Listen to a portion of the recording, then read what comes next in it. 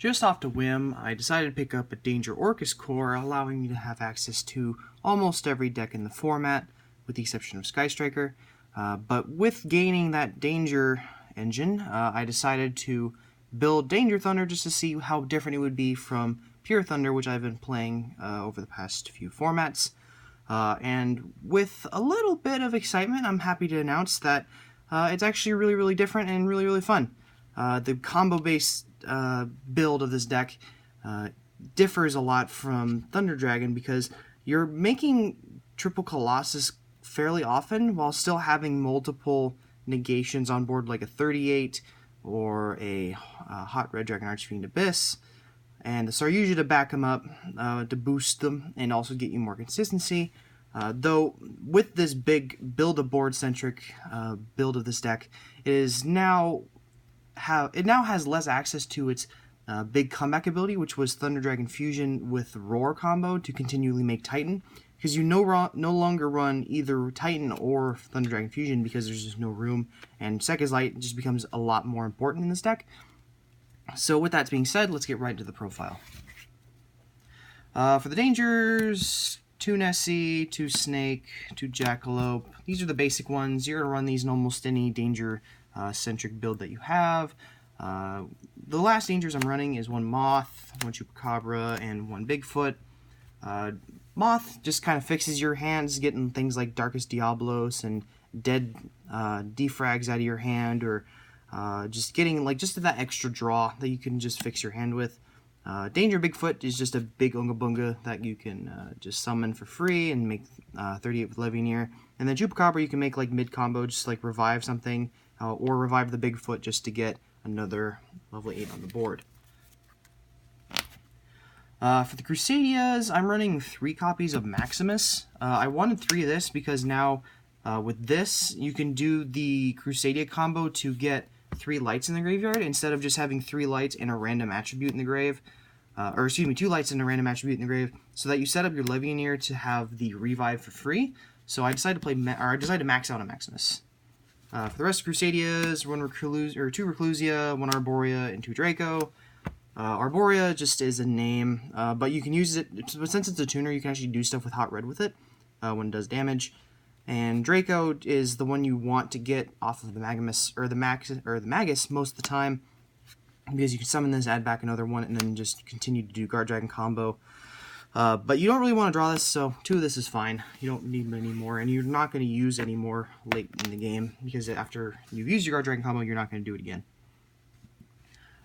3 Thunder Dragon. This is what you use to just pitch it, get double Thunder Dragon. You can set up your Levianeers. You can prepare your dangers so that they're almost certain to go off.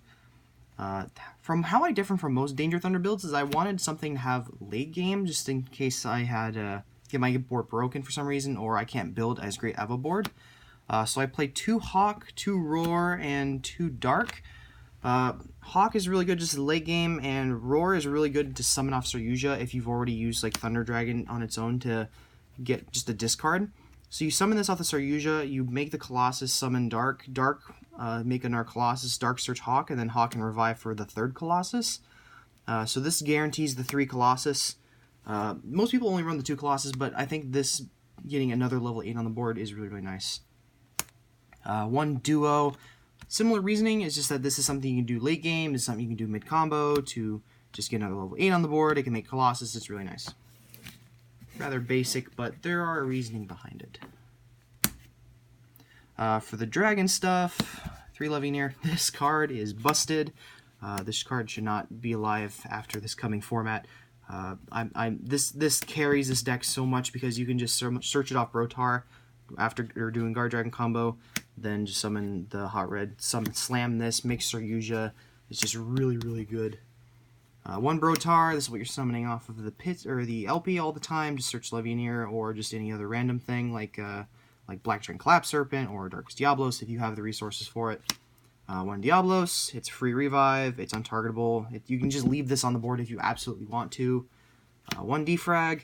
I'm seeing some builds bump this up to multiple. I haven't tested that yet, though I see the reasoning behind it, because if you don't have Guard Dragon combo with the Crusadias, this also allows you to have access to it, and it also sets up your grave with Darkest Diablos and stuff. though I don't really think I'm going to play it because I don't think this graveyard setup is as good as people think it is. It's good, but it's just not necessary. Destrudo, the card you side out in every game 3 ever.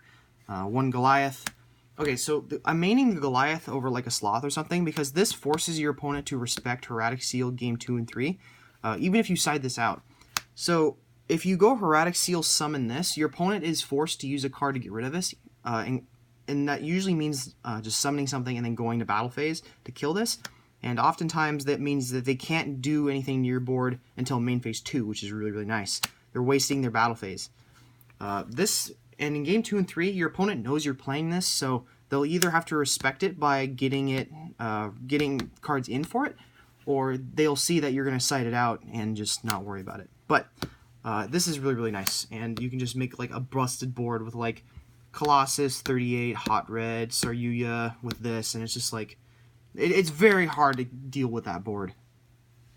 For the last dragon stuff, 1 white and 1 black dragon. Yeah, these are really just like, there's no reason not to run these. Like they replace themselves. They are, if you have one, you have the other, similar to Thunder Dragon. So there's just really no reason. And the Collapse Serpent is searchable off Omni Dragon Rotar. So yeah, this thing is just, these are just really, really good. I'd play these all the time if I could. 3 Seconds Light. This is the only spell you run. It fixes your dead hands. It's Pot of Greed. You side this out for a Twin Twister and evenly matched, but other than that, it's really, really good. For the extra deck, it's rather kind of basic. Like I said, I'm running 3 Colossus. I wanted something to have late game in case my board gets broken, and you can actually make triple Colossus in this build with the Roar combo. Yeah, and it's really, really nice, so I'm going to play 3. 2 Saryuya. This is really, really good. You summon this, like, just, you make double this a lot, and you can play without this, though it's very, very hard to do. If you do it, you have to do with, like, you have to, like, hold the triple burst after you do Guard Dragon combo, and it's just really awkward and not play, but it's really important to play 2 of this.